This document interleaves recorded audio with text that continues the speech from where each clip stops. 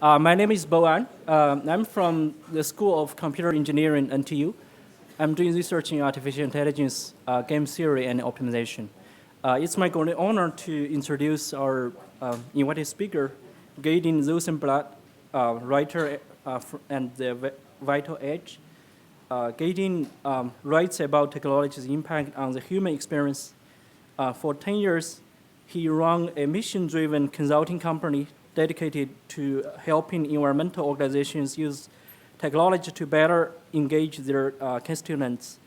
His movement as a network white paper written during that time helped inspire a new generation of network social change. Prior to that work, Gideon spent 10 years in marketing management and product development at Microsoft, during which time he founded CarPoint, one of the world's first large-scale e-commerce web services. Before earning his MBA in Wharton, Gideon spent 4 years at the U.S.-China Business Council advising U.S. companies on their China strategy, part of that time as deputy director of its Beijing office. So let's welcome Gideon for give this talk. The title of the talk is Machine is Collective Intelligence and Human Experience. Okay, good morning. Thank you, Boan. Thanks for the introduction. My name is Gideon Rosenblatt. I'm from Seattle, and I'm just a guy who really likes technology. That's been pretty much my life, my professional life at least. And the thing that over the last couple of years I've started focusing a lot more on is artificial intelligence. I'm not a software developer. I'm not a mathematician. I'm not a lot of things, despite what some people might call me.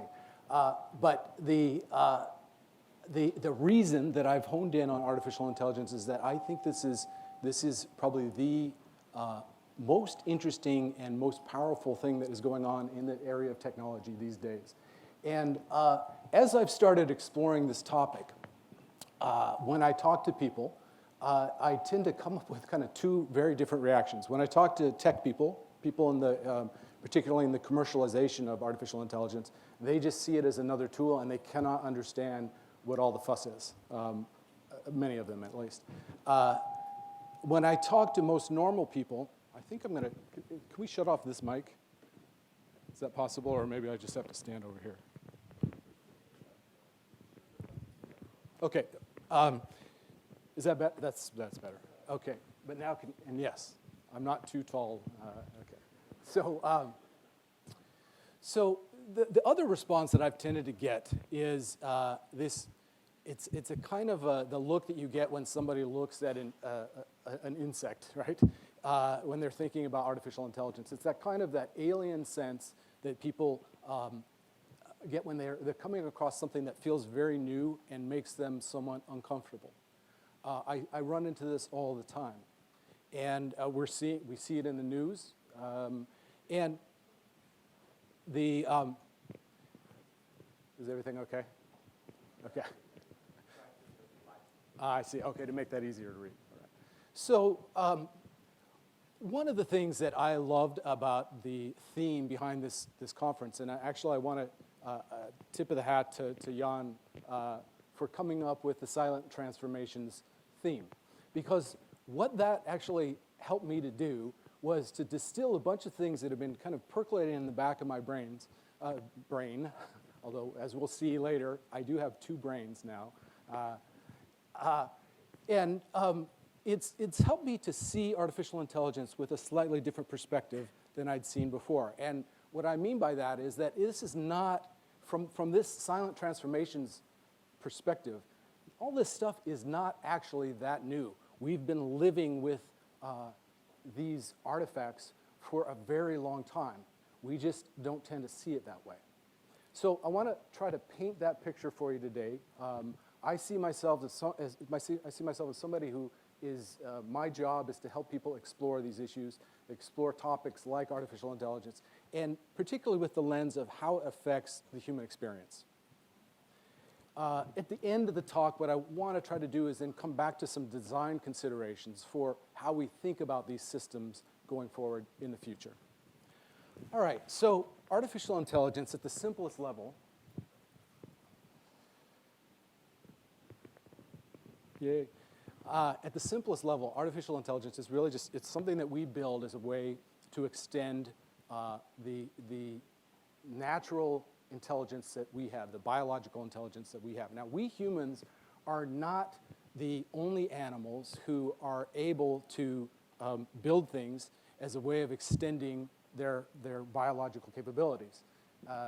Birds build nests, and beavers build dams, and termites build things like this big termite mound.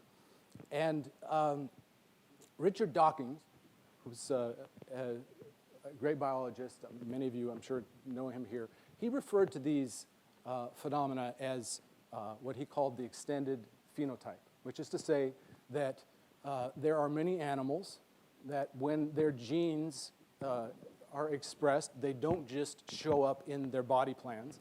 They actually kind of get radiated out through their behavior and show up as kind of distortions in the environment, just like a beaver's dam is. Now, a beaver has big teeth that it uses to cut down trees and then arrange those trees as a dam that then floods its environment. In our case, the equivalent of those teeth is this big brain that we carry around all day on top of our shoulders. And though we have lots of artifacts, lots of things that we've made to extend our biological capabilities, the most important of those have been the artifacts that we've used to extend our brains. Now, before we get into looking at what those artifacts are, I want to just take a moment to talk a little bit about the brain and the way that the human brain works. One of the interesting things that you see time and again is when people talk about the brain, they tend to kind of have this dichotomy. Daniel Kahneman, who is a psychologist, and many of you may know him for his work in behavioral economics, he described these kind of two systems that are going on inside the human brain as system 1 and system 2 thinking. System 1 thinking tends to be faster. It's the kind of cognitive processing that we share with other animals. It's more emotional, more sloppy. In contrast, system 2 thinking tends to be quite a bit slower. It is more logical, more linear, more conceptual.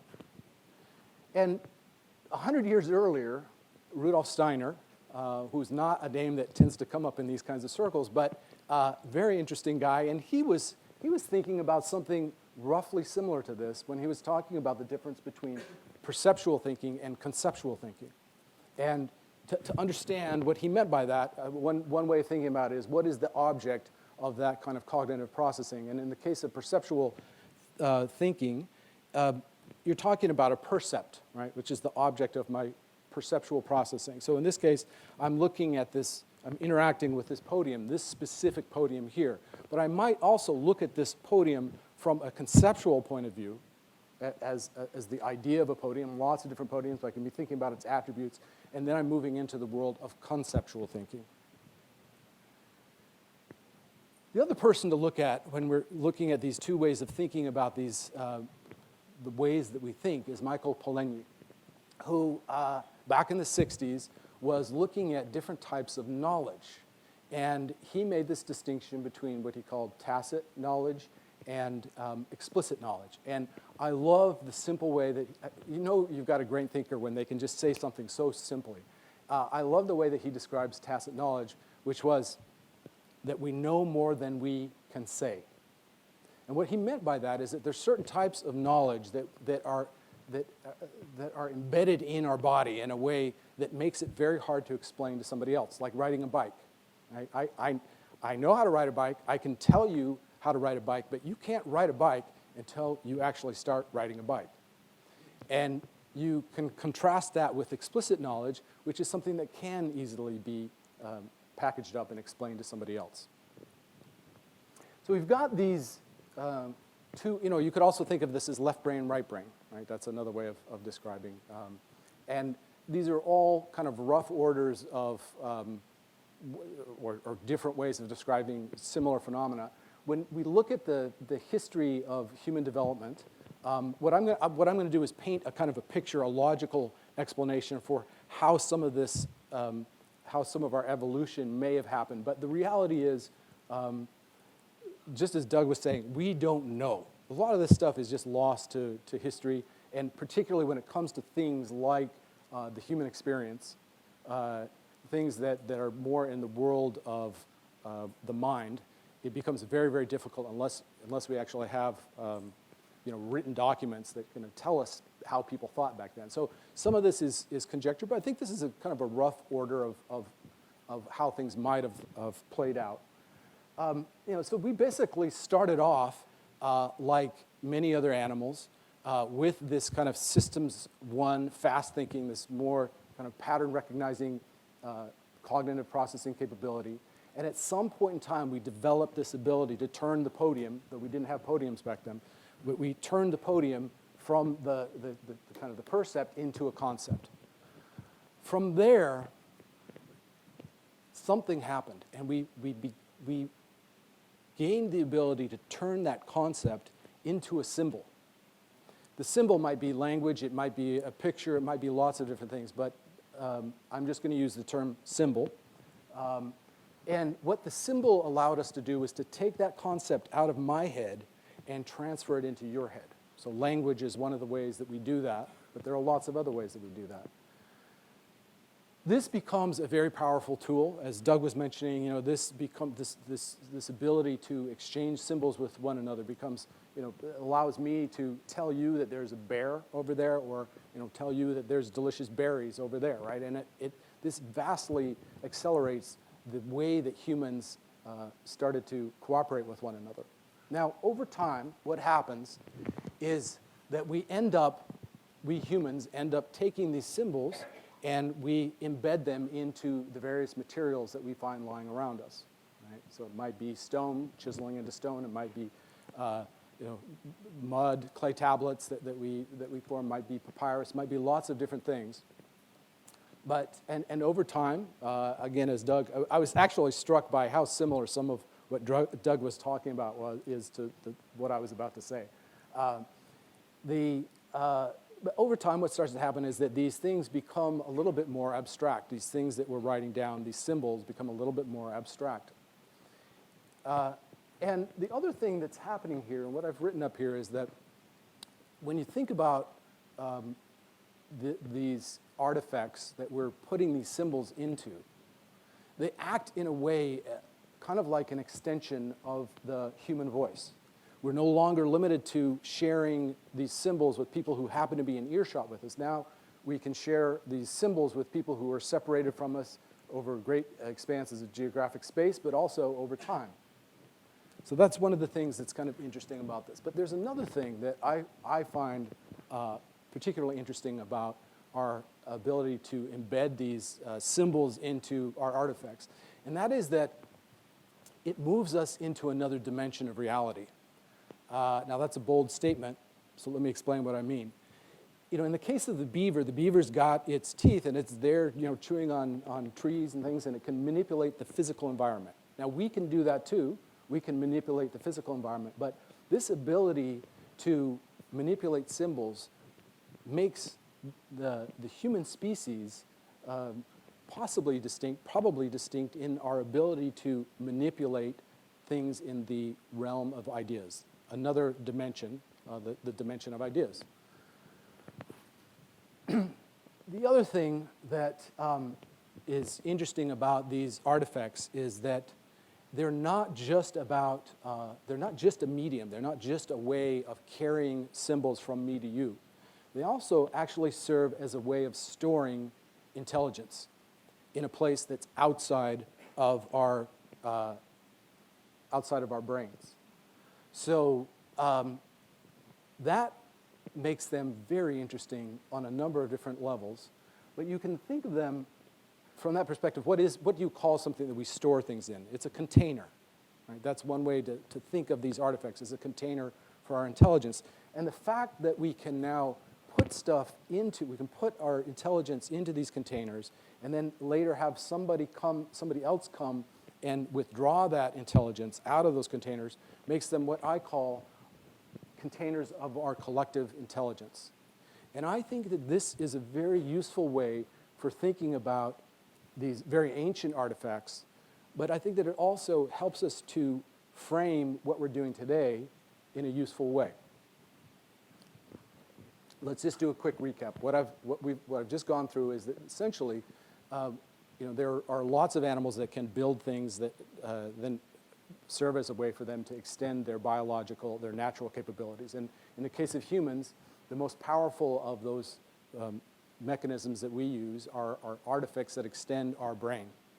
And over the course of our history, what looks like probably happened is that we moved from the kind of systems one thinking, that ability to do just kind of basic pattern recognizing cognitive processing, morphed into the ability to understand concepts. And then we packaged up those concepts as symbols and then started embedding them into the materials that are lying around us, creating these containers of our collective intelligence. Now, fast forward several hundred years through the printing press, through lots of different things, and we end up with containers that are now using a digital medium. And once that happens, a lot of interesting stuff starts to occur. And this gets to the heart of the talk. One of the most interesting things that happens when you have a digital medium is that you can embed that medium with algorithms. Now, last year, Brian Arthur, who's sitting right here, gave a really interesting talk about algorithms and complexity. And I highly recommend that if you haven't seen that talk, you should go back into the archives and take a look at that. It's on the website, right? So essentially what he said, and I'm just paraphrasing, because he was focused on algorithms and the role that they play in science and the development of science. But one of the things I found particularly interesting about what he was talking about in that talk is that algorithms, they enable us to build feedback loops into our artifacts. They enable us to take an artifact, give it a kind of internal state, and then allow that artifact to then interact with other things in the environment, take the results of that interaction, and then feed it back into itself and update its state. Does that make sense? So what that then enables us to do is build all sorts of complexity into these artifacts. And it makes them complex adaptive systems. And I would even go further. This is just my personal, non-scientific perspective on it. Is that in some ways they make them feel more like biological entities, right? They kind of have that kind of living quality to them, that kind of complexity that comes through that. Okay. The benefits that we get from embedding our containers of our collective intelligence with these algorithms are quite amazing and quite surprising. I think now we can look back and we can see it, but at the time I doubt we could have known that we would end up where we are today. One of the things that happens as a result of having these algorithms in these artifacts is that we can automate the way that we extract knowledge out of individual human brains and then put that knowledge into these containers. So what do I mean by that? What I mean is that when you look at things like website publishing tools, blogging systems, even YouTube, right? The ability to take a video and then easily upload it. My 14-year-old son can do it. Twitter, Facebook, all of these things are algorithmic systems that we have built to streamline the extraction of knowledge out of the individual human brain and then put it into these containers that can then be shared with many, many more people. And that simple fact, the automation of that publishing process, the automation of that extraction process, I think probably better than any other explanation explains the explosion of information that we see today, the information explosion that we have in the information age. It's a very powerful phenomena that has happened as a result of this. Now, the second thing that happens as a result of building algorithms into these containers of our collective intelligence is that it changes the nature of the kinds of knowledge that we can store in them. Now, up until now, what we've been talking about in terms of the kinds of knowledge that we can embed in these systems is conceptual knowledge. If you recall, what we talked about was that we had to go from concepts into symbols which could then be embedded in these systems. But that's now changing with where we're moving next. When it comes to algorithms and these kinds of containers for our intelligence, I believe that some of the most interesting work that's happening today, primarily from a commercial perspective, but also from an engineering perspective, is happening in machine learning. And if you think about machine learning from the perspective of what I just talked about, the way that Brian explained algorithms, these are systems that we design that have a way to, you can expose these systems, which are made up of networks of individual, of processors kind of strung together, usually lately in layers. And what we can do is expose these systems to large amounts of data. It takes that data, creates a feedback loop that then updates the algorithms. And essentially what it's doing is it's automating the process of building algorithms. So before, what we were talking about is automating the extraction of knowledge into these containers. And now what we're talking about is automating the actual creation of these containers themselves. Now, really what's behind these things is just a lot of processing power and a lot of data. Andrew Ng, who is now at Baidu but was at Google, I love the metaphor that he uses for this. Is it's a rocket ship or a rocket engine.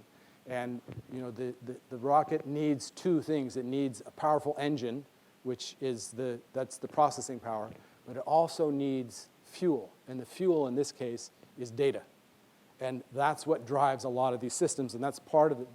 The two of these things coming together is the reason why these systems, these machine learning systems, have exploded so amazingly over the last 4 or 5 years.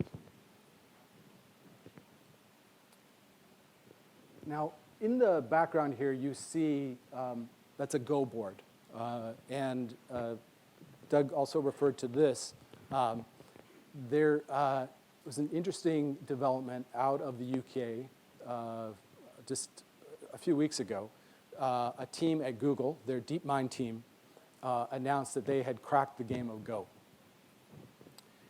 And the reason this is such a big deal is that for a long time, people thought that this may be one of those problems that we may never solve, or that it's going to be a very long time before we solve that. And the reason why is because Go, or the Chinese name for this is Weiqi. That's some of you here may know it more by that name. It's a much more complex game than Western chess.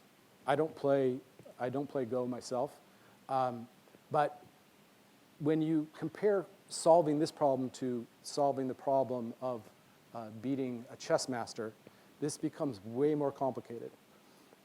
When IBM went up against Garry Kasparov years ago, essentially what they were doing is they were looking at the board and then just doing a kind of a probability tree of looking at all the potential moves that each one of those board positions could be, and then deciding which was the optimal next move.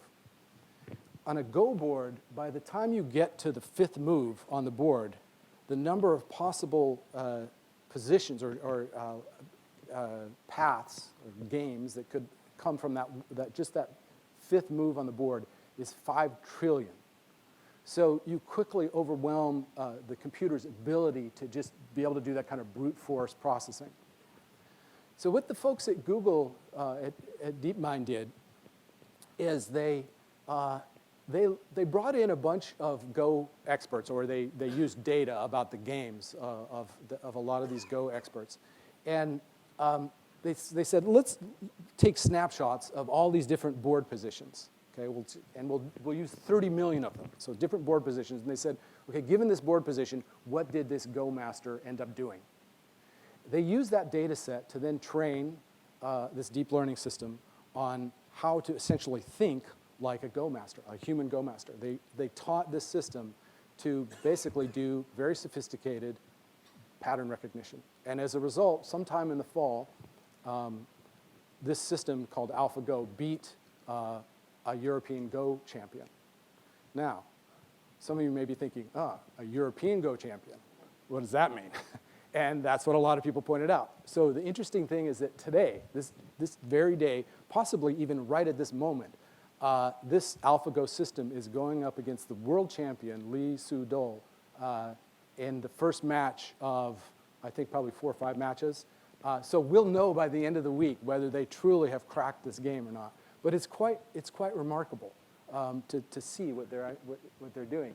And stepping back, what this represents is actually quite remarkable. I mean, just that accomplishment is huge. But I want to try to paint this for what this really is, which I think is quite astounding. What we're doing is we are moving away from the kinds of containers that could only contain our conceptual knowledge. Now we're using machine learning to get in there and basically crack all of these different kinds of tacit knowledge that were once something that could only stay in the human body and the human brain. It's remarkable. So, robots can now ride bikes. We have self-driving cars, right? Which will soon be commercialized. So this is really the second big change that has happened as a result of embedding these containers of our collective intelligence with algorithms. The third big change that happens as a result of embedding these containers of our intelligence with algorithms is that we kind of change the nature of what these systems actually are. They're no longer just containers anymore. If you think about a container, it's something that I can put stuff in. I can put water in, or I can put cookies in a cookie jar.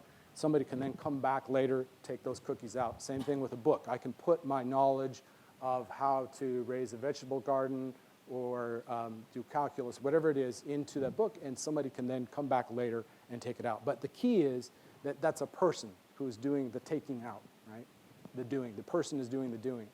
And what's happening now is that that's starting to change. Increasingly with these systems, it's no longer the human who's doing the doing anymore. It's now the system itself acting with a kind of proto-agency.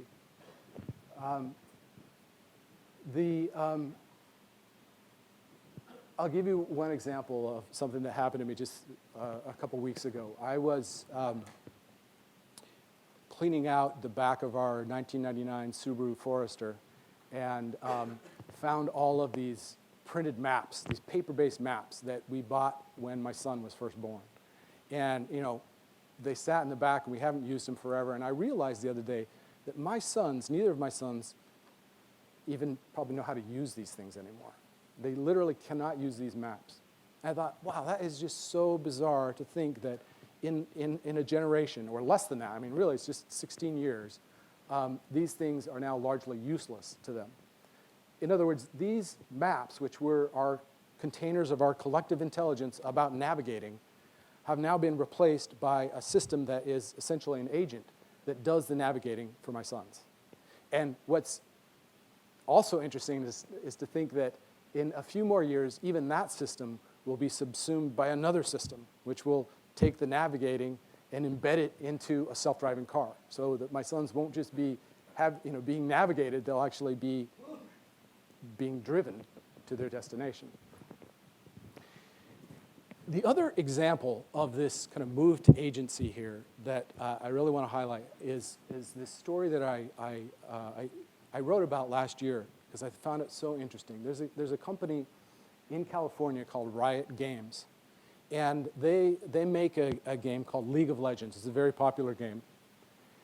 And like many online gaming companies, these guys had really suffered from toxic behavior amongst their players, right?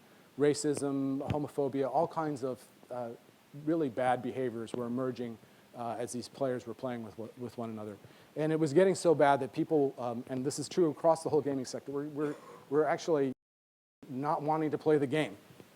So what what Riot did was it decided that it would essentially deputize its most trusted players, judges, so that when somebody committed some toxic behavior, that all of that data was recorded, could then be set up for review by a panel of judges, judged by a panel of your peers, right? And that process might take a week or two before you got your judgment back, but it worked. It worked reasonably well. Well, what Riot did that was so ingenious last year is it took that database of all of those judgments of these peer, these fellow players, took 100 million of these judgments, and it used that as the database to train, as a machine learning database to train this new agent that they turned online last year in the spring. It's now an artificial intelligence that will render real-time feedback to people on whether or not they violated the norms of the community. So that, let's say I do something that really upsets somebody, immediately at the end of that game, I'll get a notification that says, you've now been banned for a 2-week period or whatever it is. Now, Riot was understandably nervous about rolling out a system like this, where you have an artificial intelligence that's essentially judging people. And so they were really nervously tracking how successful it was and how often it was committing errors and mistakenly blaming somebody for toxic behavior that they didn't actually commit. And what they found after several months of running the system was that it only committed an error once in every 5,000 times, which was good enough for them to keep the system running. But the other thing that's so interesting about this is that this has actually had a significant impact in reducing online toxicity in these games. So as you may recall, what I said was that in the old system, the old tribunal, that's what they called it, the old tribunal, the person-driven tribunal, that timeline between when I did something bad and when I got the feedback might be as much as a week or two. And over that time, what happened was that people are fallible, right? They just forgot that they did something. And so to them, that seemed like, I didn't do that. And so when they got the judgment and they were banned for a week or so, they'd come right back and just do the same behavior over and over again, right? And so the percentage, what they called the reform rate, was about 65%. 65% of the people actually stopped doing what they were doing. With this new system, because it's an immediate feedback, it happens right at right after you do it, that reform rate has moved up to 92%. So from 65% to 92%. That's a big jump when you're talking about millions of players playing this game. So this is significant on many levels, I think. One, we're talking about kind of an agent that is here and it's actually judging humans. Two, it's changing those humans' behavior as a result in fairly significant ways. And three, and this is the thing I find most heartening about this, is actually the data that drives this system was actually made up of the community of this group of people, right? These are values that this system was able to distill and now enforce on behalf of this community. Okay, so another quick recap. What I've talked about is, that lots of animals can build things to extend their environment, and we humans are no different. In our case, we've focused that on our brains and extending our brains. And we've gone from kind of perceptual thinking to conceptual thinking to symbolic thinking, embedding those symbols into our containers of collective intelligence. Fast forward over time, we've now enhanced, those containers have changed into digital medium, and now they're enhanced with algorithms, which have allowed us to automate the extraction of human knowledge out of the individual human brain and into these containers. It's also changed the kinds of knowledge that can be stored in these containers from conceptual to now conceptual plus perceptual or tacit knowledge. And then finally, the containers themselves are starting to change, and they're exhibiting a form of proto-agency, not full-blown like we humans have in the sense of free will, but they are able to execute operations on our behalf. That's where we've come from. Now, I want to just focus a little bit on where we may be going. And the problem is that it's pretty much impossible to know. There are so many different variables at play here. Things are moving so quickly. And I'm kind of bemused when I see people taking these very strong stances on this is the way that this is going to look in 10 years from now. I can't understand how you could actually take a position like that. But I do think that what's interesting about these systems is that they are designed systems, which is to say that these are all systems that are currently designed by humans, which means that they have assumptions built into them. They have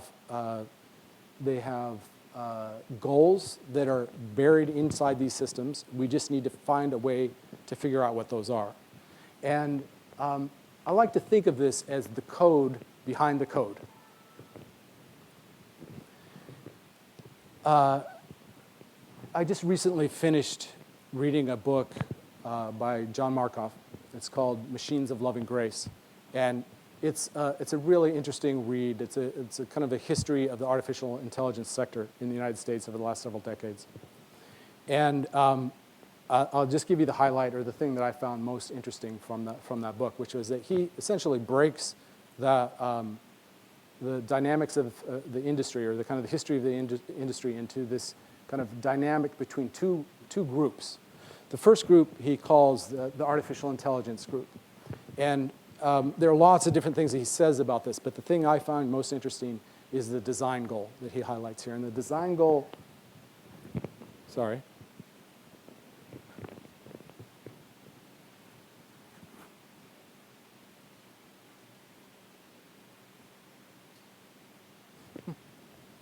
Okay. The design goal of this group is to replace human intelligence with machine intelligence. And then he contrasts this with the intelligence augmentation group. And the design goals of this group are essentially to augment human intelligence with machine intelligence. And that one is fairly easy to understand what that is. I mean, those are the artificial intelligence researchers and companies. This, he's talking really more about the kinds of places I used to work, Microsoft, the productivity applications in the 90s. And these have kind of gone up and down in you know, as artificial intelligence has grown in power and then fallen, you see this kind of back and forth. That's what he says. But what's I find important about this is that he's talking about the intentions that are being baked into these systems. These are very different ways of viewing what the purpose of these systems is. Is it to replace human intelligence with machine intelligence, or is it to augment human intelligence with machine intelligence? That is a big difference. Now, there's another influence that I think that is shaping the future of these systems that is even bigger than that last one.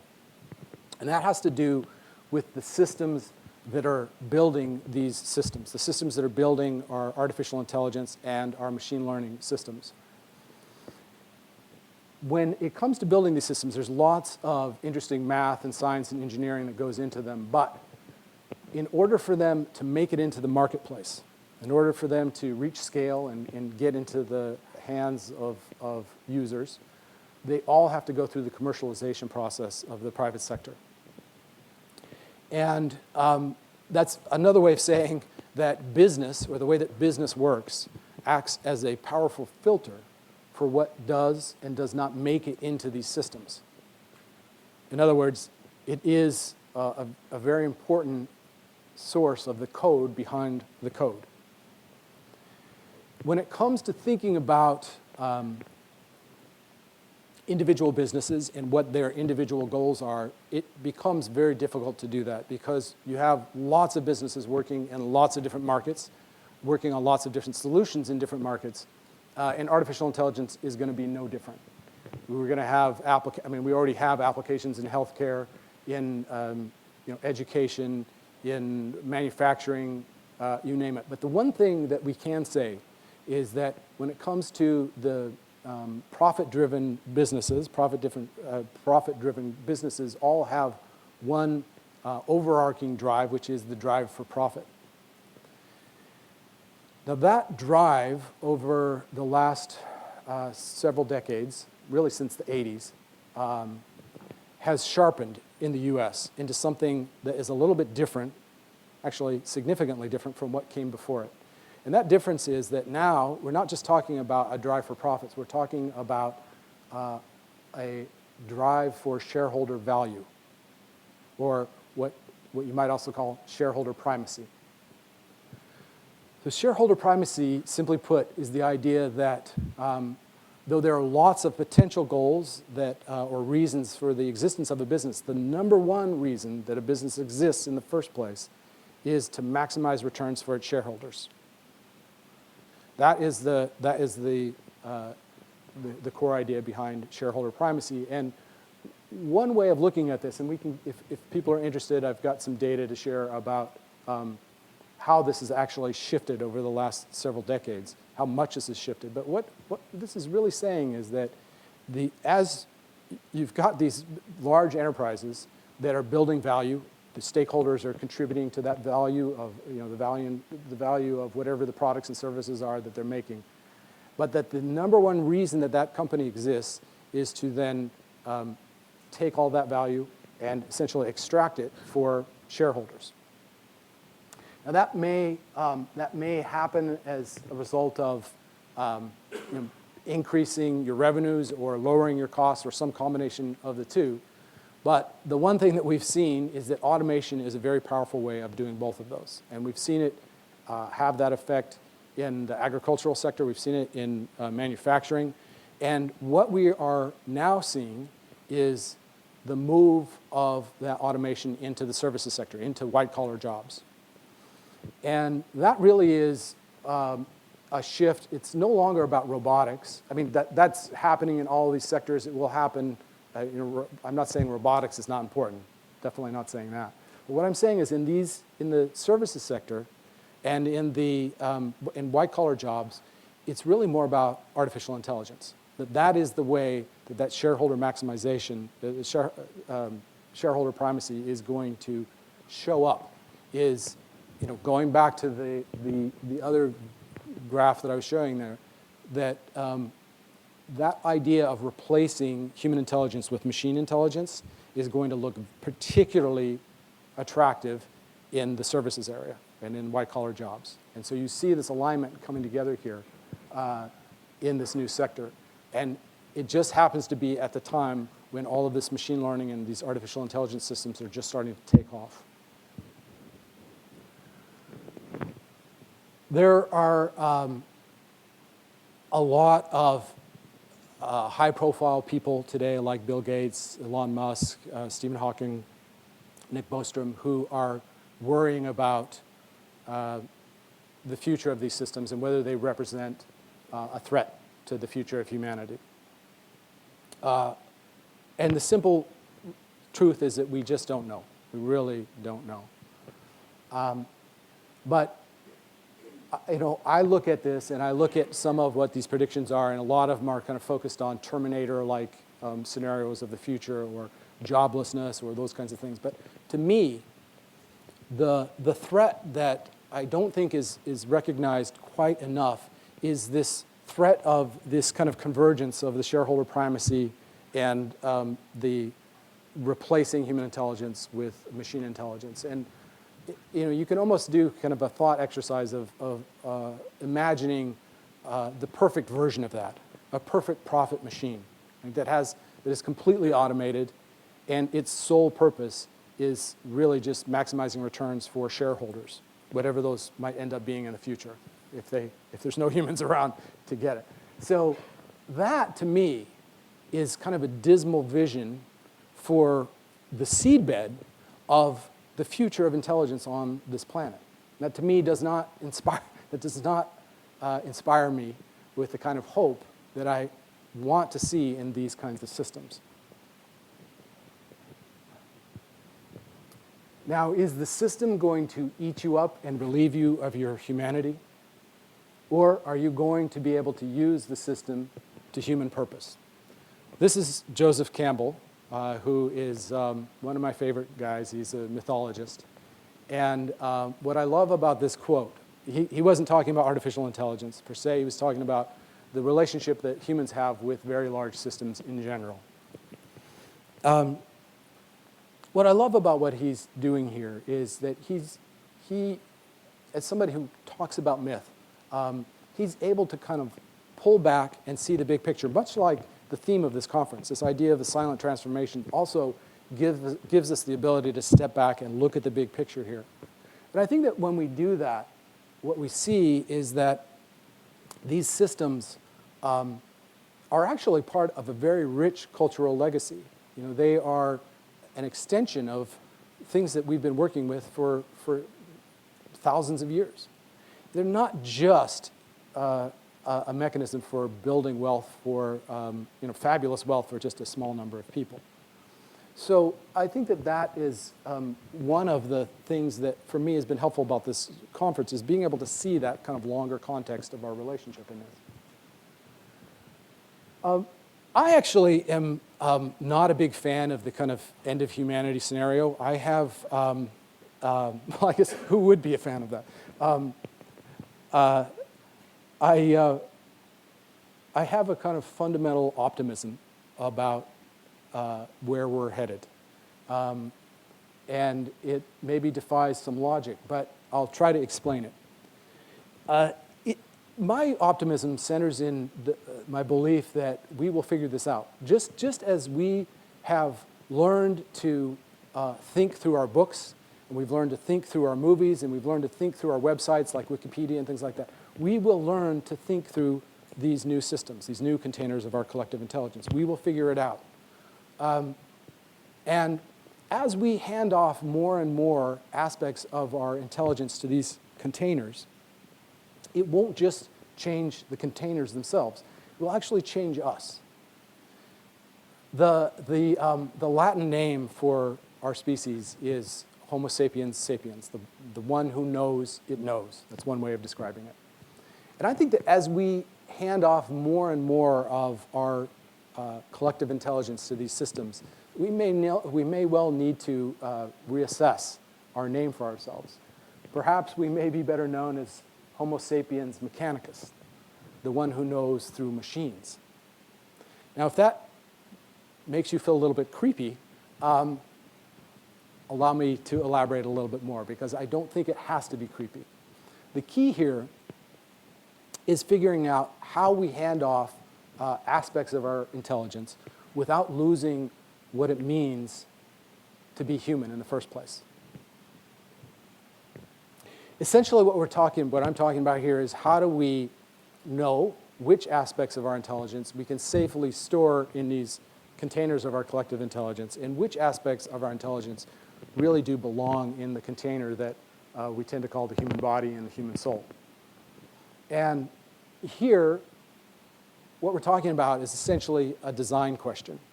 Are we designing for replacing human intelligence with machine intelligence? And in what cases?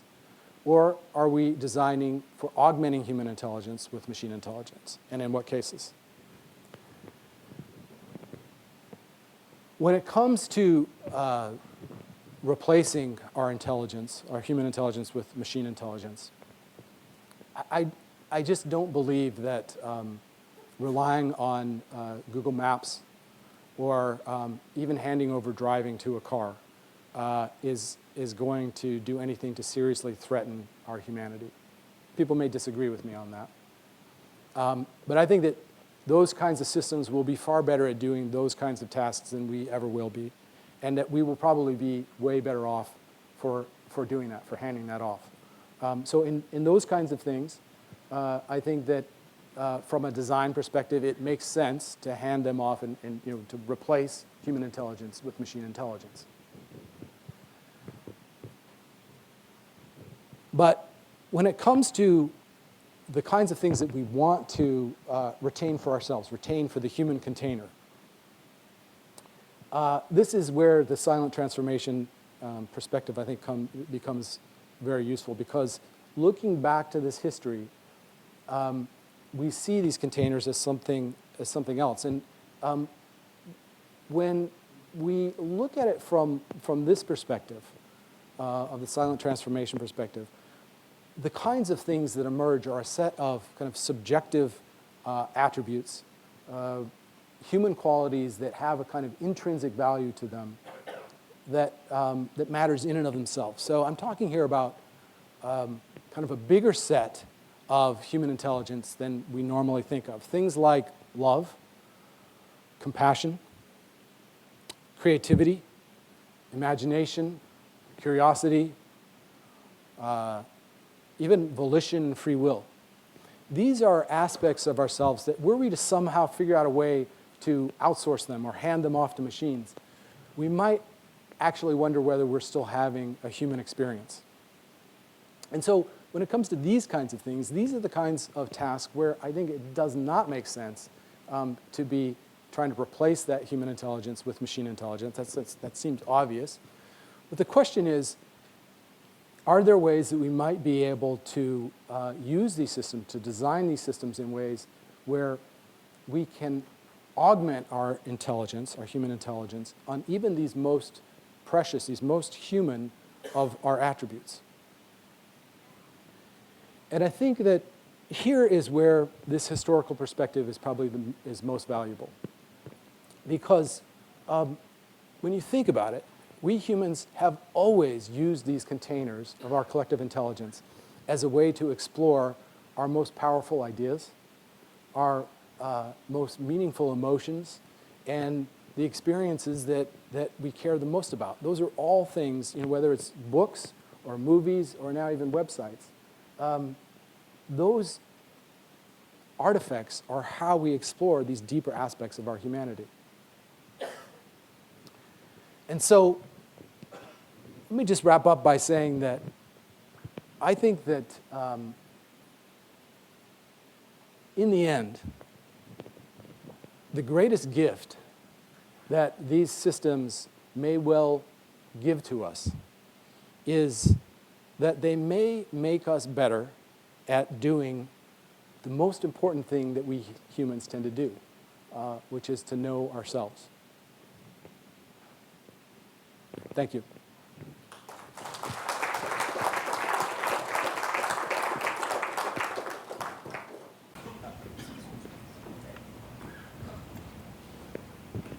Satmari from Parmenides. It's interesting that in a previous talk there was a lot of mention about computation and its application, not a single mention of robots at all. In your talk it was only a casual mention of robots. How come? And that is actually probably a dangerous question, because robots will also be partly autonomous, because there will be situations where they have to be autonomous. If they will be autonomous, sometime in the future, even people might find it useful that they will be evolvable. Now that will be the problem, the real problem, when that happens. So what is your take on this? Well, as to why I didn't focus on robotics, it was more about drawing a line someplace. But I think that what is so important about robotics is that this is embedded cognition. I mean, robotics is, I think that if for no other reason, just having cognition embodied in something that can move around will advance the field in ways that having it be sitting on a desk or on a mobile device never would, right? So just from that perspective, it's very important. But your question is that once these things are moving around, that there's a threat, there's danger in just the fact that these entities are moving around. Did I get that right? Yeah. Yeah. Right. The real question is whether these agents can then behave on their behalf. That's the real problem, right? Yeah. Because you can imagine, for example, you want to make planetary exploration. Okay, you can figure out that it's much more practical to do it with robots. Yeah. But those robots, you will occasionally lose contact with them, so they better be autonomous. Yeah. okay, they will have damages. So you either must have a factory that would assemble robots online, Yeah. or if possible, you should make them self-reproductive. Yeah. If you make them self-reproductive, few of them might come back, even in a planned way. Right. But they might have things that you didn't foresee at all, because that is what we have learned from evolution. Yeah. So there is a real danger. Yeah. So I think that that's true. I mean, a couple things come to mind. One is, some of the more interesting work that's happening right now is like Baxter. I don't know if you're familiar with Baxter, but this is a robot that, its main attribute is that it knows how to work in the proximity of humans. And in fact, the way that it's trained is by somebody kind of moving its arms to kind of mimic the motions it needs to do. And that's, so one of the main selling points of Baxter is that you can put it around humans. And so I think that's interesting in and of itself. But you're asking a really important question, which is you can't always do that. You can't always count on these systems being tethered, and I don't mean like literally tethered, but I mean connected to humans. I think that one of the mistakes that is often made in the press is the sense, the belief that these systems will suddenly somehow develop free will, right? That they'll, just like what was the iRobot, where the robot's there's this big line of robots, and all of a sudden, the eyes open. That's not what we're talking. That's probably not what you're talking about either. It's more about the kind of unforeseen circumstances that happen as a result of letting these self-learning systems out into the environment and let them kind of go on their own. And that is a big concern. I think I think you've hit the nail on the head. I think that is an important thing to be thinking about.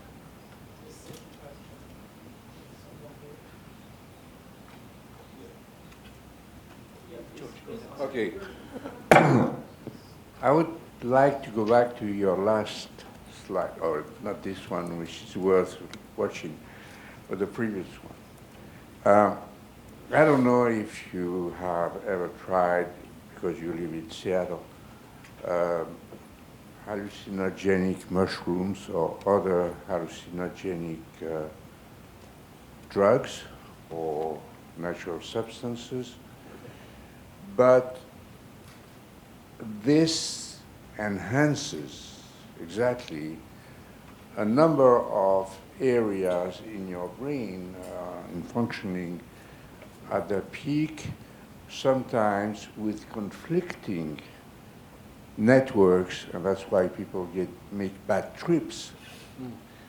But if we look at history, there was a group of the CIA which settled in San Francisco on Crescent Street, and for 15 years they tried LSD on me, on people without their knowledge. Well, they recruited prostitutes who took either men or women, and they were fed increasing doses of LSD. The program was stopped not because of ethical considerations, because I don't think ethics belong to the vocabulary of the CIA, but because they couldn't make sense of it.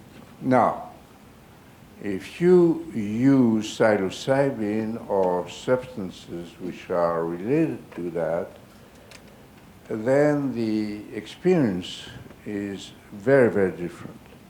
And with modern imaging and, as it was said, computational neuroscience now, a lot of people are reconsidering the use of ketamine, for instance, for depression, or more importantly, in my opinion, the enhanced knowledge of feeling or emotions and the whole spectrum of what our brain is potentially able to provide with this kind of compounds, which are well identified, so we know what they are.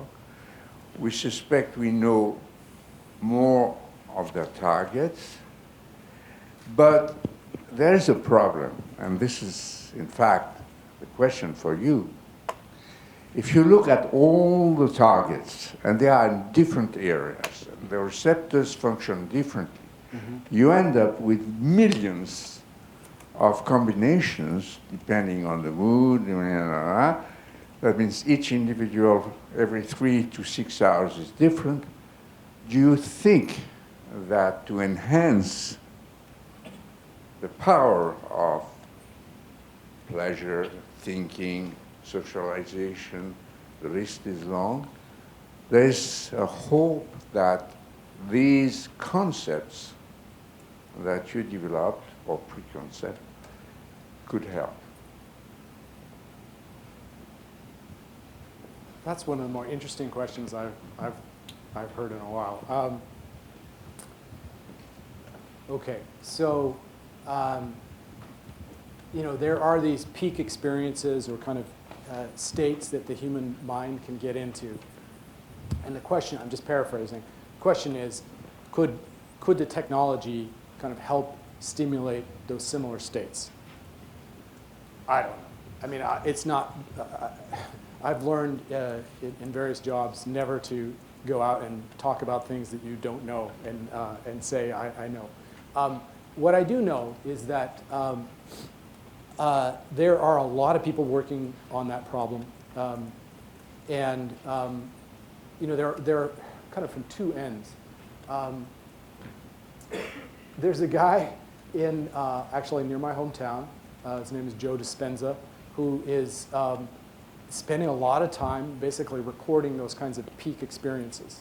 He's tracking brain waves and looking at what's happening when people are meditating and going into these states. Then you have on the other end places like the Paul Allen Institute, which is a brain institute in Seattle, and they are analyzing all kinds of different experiences. Will we somehow figure out interfaces to be able to do that kind of stimulation? That's what they're working on. Will they succeed? I have no idea. I mean, it's kind of cool to think about, but at the same time, I wonder about that. Personally, I'm not sure if I would do that. Thank you, Gideon, for a wonderful talk. And the title, Silent Transformation, becomes even more relevant after the second talk that we hear. What's fascinating is that both of the talks we heard have two tracks. There is hope and there is fear. And we are torn. I think everybody in this audience is torn between the two. And we're thinking, well, if it's a silent transformation, is it transforming and changing into something that we actually cannot control? And if it's something that we cannot control, is it going to take us over, or is it going to make us better? The concept of the perfect profit machine is a powerful one and a very scary one.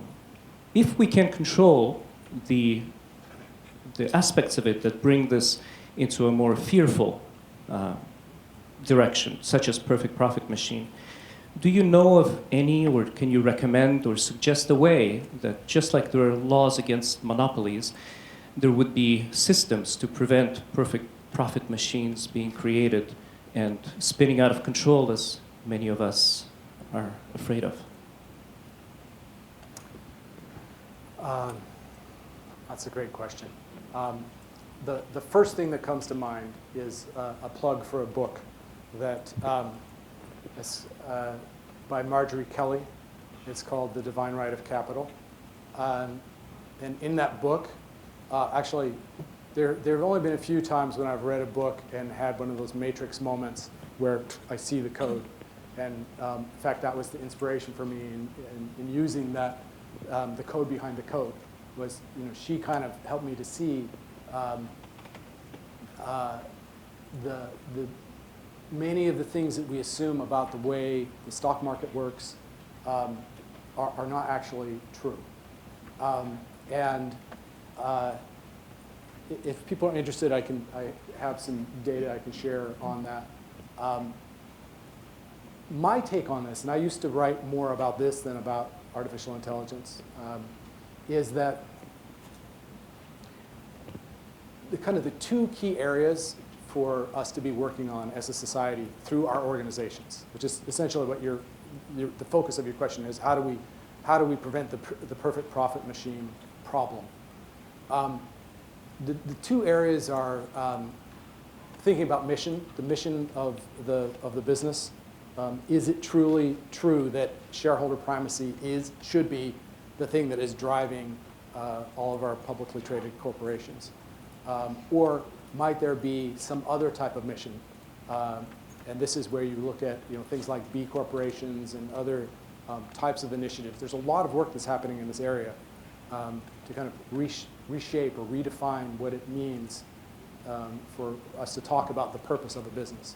So that's the first one. And then the second, and it's related, is stakeholder management or stakeholder principles. The idea being that what's really in the long-term interest of the company is to sustain its kind of the wide network of people who are contributing to its success over the long term. And there is good evidence that the companies that do that are the companies that tend to last and that perform very well. There's a great book called Terms of Endearment, or Firms of Endearment. Terms of Endearment is a movie.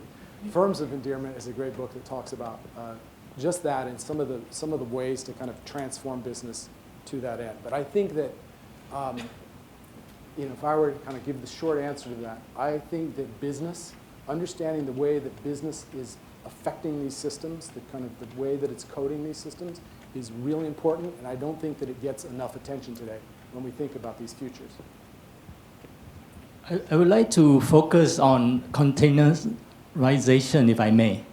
That was one of the topics I think that you mentioned. Okay. Now, first there was Deep Blue, and then we have DeepMind from Google. Yeah. So first we beat the international chess champions. So now we're working on the Go World Champions. Is there something that goes even beyond this?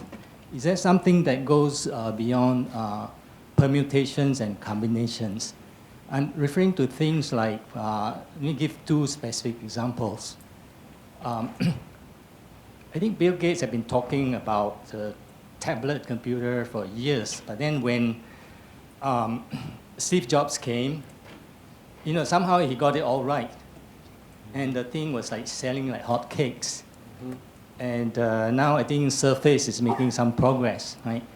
So there we have a flesh and blood example of someone who was able to somehow sense what the marketplace could take. So in a sense, he was very much like the late Mr. Lee Kuan Yew. He basically knew what was going to be acceptable and welcome by a group of people. So in Steve Jobs' case, it was handphone consumers, tablets. In the case of late Mr. Lee Kuan Yew, it was the whole nation, and even going beyond the whole nation. So my question is this. How do you containerize this sort of thing? This ability to perceive, what the future, that we can do with 2 USB ports, not 3, we want to call the shots, and the consumer somehow they will accept it, even though they were asking for more. Okay, so that's Singaporeans will accept it, even though they say that, no, we have lots of money in our retirement fund, we ought to spend it. Why are you keeping it there for? Mm-hmm. Things like that. How do you containerize things like that, or is it beyond containerization? Even before talking about your algorithms to try to manipulate whatever is in your container. Let me see if I'm getting the question right. Is the question, so like going back to the Steve Jobs, tablet computers, people have been talking about that for a while, but he got it right. He figured out how to design it in a way that was acceptable for people. And so, how do you containerize that sort of wisdom? Yeah, and productize it? Is that when you're saying containerize, are you saying to turn it into something useful for people? In the sense of what you had on the slide. So, keep it somewhere for future use. yeah. Okay. Well, let me try to. Yeah. So, you know, I'm using containers in just a metaphorical sense, obviously, right? But how that shows up in the marketplace tends to be in services these days, you know, cloud computing-based services. And, you know, I think that kind of embedded in your question is this sense of how do you package that up in a way so that is desirable and. Or is it at all possible to containerize something like this ethics? Okay. Well, that seems like a different question, but so doing the kind of the deeper human wisdom and ethics and those kinds of attributes of our intelligence. I do believe that there are ways that we will figure out how to do that. Actually, the Riot Games, one of the reasons I use that example is because I think it's pretty amazing what they did there. You know, they could have done a top-down, you know, here's, you know, we judge you based on these rules, we came up with these rules, but no, they basically let it trickle up from the bottom, you know, what were the values of that community, and then they figured out a way to turn that into an artificial intelligence, a container. They put that collective wisdom into a container.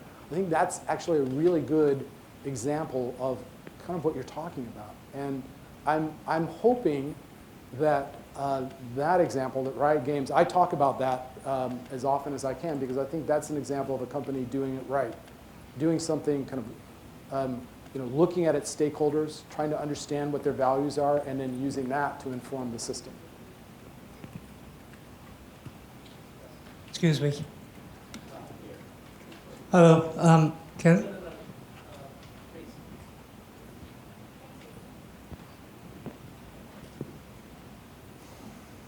And I have two questions. With regards of the story of Deep Blue, I think there was also a second story where when machine and human played chess together, they won over the machine. So that was the story of how potentially that could be a human augmentation tool. I was wondering, given the gist of your presentation today, how does stories like that fit into your overall narrative? Do you think that eventually the machines can replace that partnership as well, for instance? My second question is on your point about computers being perfect profit machines. I think that future is quite likely. The difficulty, I don't think, is the technology, is the acceptance of the idea. And I think we cannot accept the idea of machines being able to generate wealth very easily unless we know how to distribute that wealth. So I was wondering if you have been thinking on this issue, whether you have any ideas on how we can begin the conversation on how do we distribute wealth generated by machines. Thank you. I love that question. I'll start with the easier one, which is the question of partnership. Absolutely. In fact, the way that I would slot that into the frame that I'm using here is it's more about augmentation. You know, in that case, we rely on the things that the humans can do. I personally think volition is one of those things that is going to be very hard to crack. And that, you know, these systems, all of them right now start with somebody pushing a button of some sort that then cascades into something, right? So somewhere upstream, there's somebody who's initiating. And so, you know, volition is going to be one of those things where we are going to be partnering with these machines to set these systems into motion. That's an example of a human partnering. That's the simplest example of a human partnering with these systems. But you know, there's great examples. IBM's doing some interesting work with cooking recipes. The machines are exhibiting aspects of creativity, but it's being guided. It's being kind of like nursed along with feedback and kind of assistance from human partners who are shaping. In a way, you could think of a lot of the way that machine learning systems work. It's not so much that they're designing them. In a way, they're kind of cultivating them or growing these systems with humans guiding them along the way. On the question of distribution of wealth, I don't know how to get into that. But what I will say is, how do I answer this in a short answer? I used to think, okay, just a quick show of hands. How many people, and this is I don't know what it's like in Singapore, but I'm using US figures here. So how many people think that the role of the stock market is to facilitate investments in companies? Quick show of hands. Okay, that's what I thought too, right? That the net inflow of money coming from individuals going into companies would be positive. I mean, that seems to make sense, right?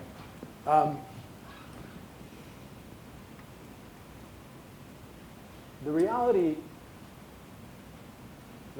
is actually quite a bit different. And the reality is that when you look at startups, that money that those investors are investing in a company, that does go directly to the company itself. But stock markets, that's not what it is. The stock market is not it's more like a used car market, right, compared to a new car market. What's happening there is those are just people exchanging shares with each other. None of that money actually goes to the company itself. Right? So this is just money that's flowing around. It's producing something valuable, which is liquidity, which helps the entrepreneurs to get out of the venture if they want to be able to take some of the profits. So it does play some role. I don't mean to say that there's no value there, but when you look at, if you take the amount of money that's going into basically kind of new issues of shares and things like that, so there is money that is flowing in. But when you take that total amount of money and then you subtract out all the money that's coming out of the corporations in the form of dividends, and then more importantly, actually, stock buybacks, it's shocking. This flipped in the 80s, basically right around here. I'm not sure why that happened, but all of a sudden, so this is that number. This is the total amount of money that's coming out. Negative means it's coming out of the corporations and flowing into the hands of shareholders. And you see that just becomes quite massive over the last couple decades. Today, on average, in the US, it's about 5% of our GDP is flows of money out of these corporations into the hands of shareholders. So that becomes a huge issue in the perfect profit machine scenario where the other ways of earning income, which is salary, start to disappear. And we don't know whether they really are going to disappear or not. Nobody knows what's going to happen. I mean, perfect profit machine is my imagination. That's a thought experiment. But so to answer your question, if I could, I would say cracking this nut is the key, because understanding how we keep value in the corporations and not allow them to be extracted so heavily, I think that's part of the problem. I mean, you need to be able to keep the liquidity going. So this is not an easy thing to solve. I don't mean to suggest that. But I think that who owns the robots and who owns the AI is kind of tied into this. So we're going to have the last two short questions.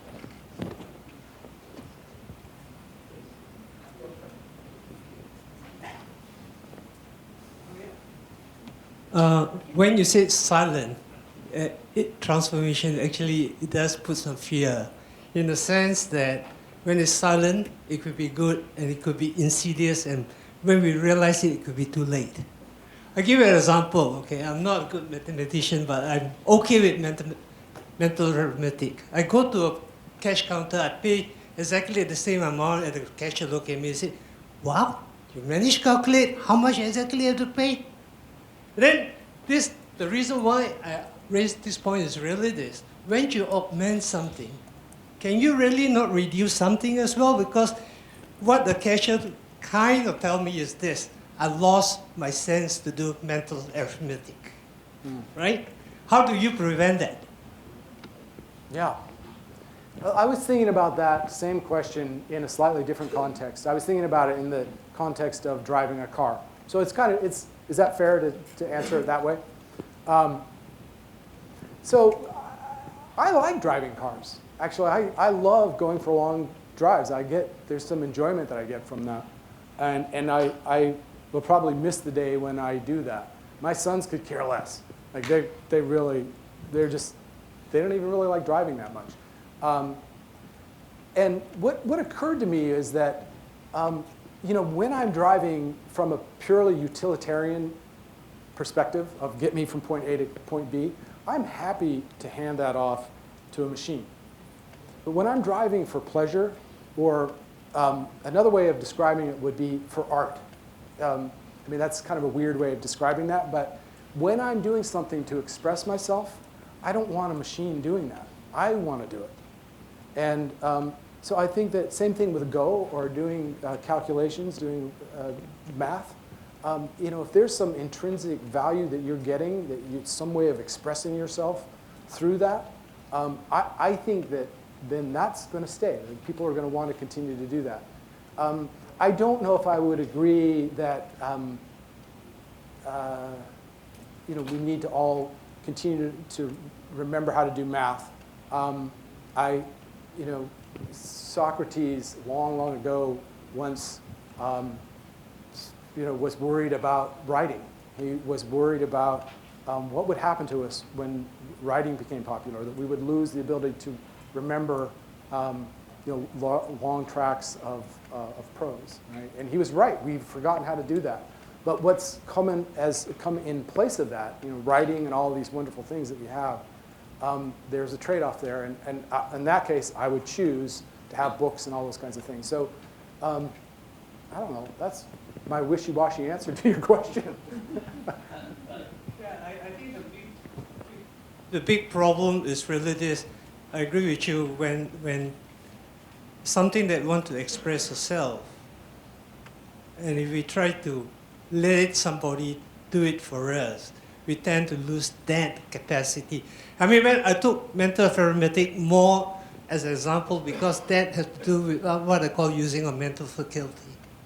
Whereas the other thing, less so. It's more creative, but. Yeah, no, I get it. I get it.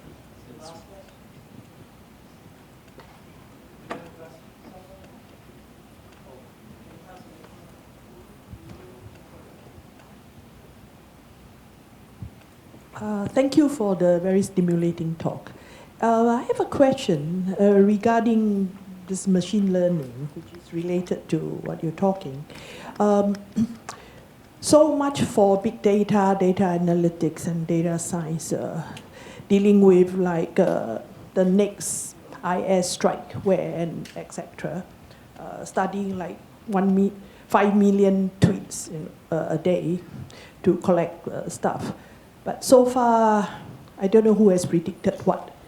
Related to wealth, I think something which I think a lot of people are interested in. I would like to find out who is doing some study on startups, an area whereby I think you might be more familiar with in your part of the world, that using a machine to say whether this startup will bust or boom or bust. And also, generally, the trend of the next bust. Sorry for being negative, because when boom comes to a number, well, I don't know whether it's gravity or whatever, that anti-gravity will take place. The first one was, as can be seen on this graph, which we all know when. And is there a trend? Is there, rather than saying a trend, is like any study that is being done now for this trend? So related to the gentleman who asked the question very early during the Q&A time, it was talking about the containerizing all this, but all those stuff is actually marketing. I mean, if you look at Steve Jobs, MP3, well, the patent was in 1972, by 3 independents. But MP3 actually was born in 1987. That's because Steve Jobs took the opportunity. But his next machine, which was born during the early 90s, to be exact, in 1990, then it was a bust.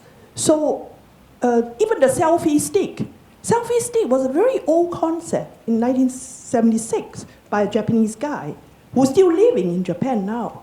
But who knew about selfie stick? What was the use? But now it became something like a pen or something, Right. So the point is, if machine intelligence is so intelligent, can we do something about what I have just asked? Thank you.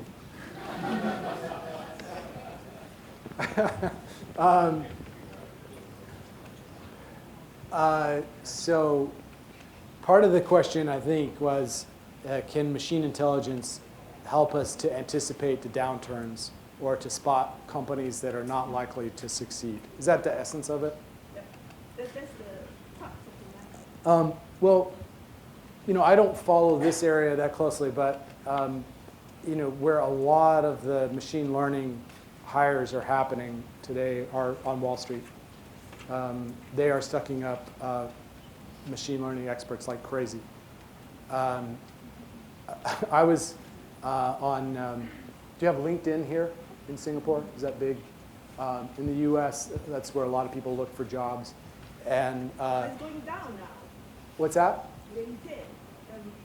The most recent news, listen to Bloomberg on Jeff's interview a few days ago. You mean their stock is last going week. down? Yeah, Or- it is. Yeah. And all the rest of it, okay? Yeah, so the point I was making is that LinkedIn, it's kind of an interesting place to look at what skills are in high demand. And I was looking at machine learning job postings. And the companies that are really booming or doing a lot of hiring in that area, I just was doing kind of select queries, and I was looking, like Amazon is hiring like crazy, Google, Microsoft is hiring like crazy, Apple less so, Facebook, actually surprisingly not that much. The thing I didn't do was I didn't look at Wall Street firms, and that's what I should have looked at. And I'm going to do that when I get back home, because I think that they're definitely working on that. You know that they have to be working on that. They've got to be. Trying to look at the data to see, to try to see if they can understand the patterns. The startup thing, I personally think that's very difficult. But I'll bet you that there will be some entrepreneurs who will come along and figure out slices of that they might be able, going back to this question about partnership, where you've got a human that is probably using these systems to sift through market trends and things like that to find opportunities. And the lean startup is this methodology in the US. I don't know if it's here, but part of that is about accelerating the learning process of companies, and that's what the startup culture is all about. And I'll bet you that within the next 5-10 years, we will have kind of AI supercharging that lean startup process too. Okay. Well, please allow me to say a few words in the end, because I'm doing research in artificial intelligence. Well, so I just came back from the American conference on artificial intelligence 2 weeks ago. I guess academia, almost everyone believes that people just overestimate the power or the progress of artificial intelligence research. That is very true. So people believe that so far, AI or machine learning can do well with problems with lots of data.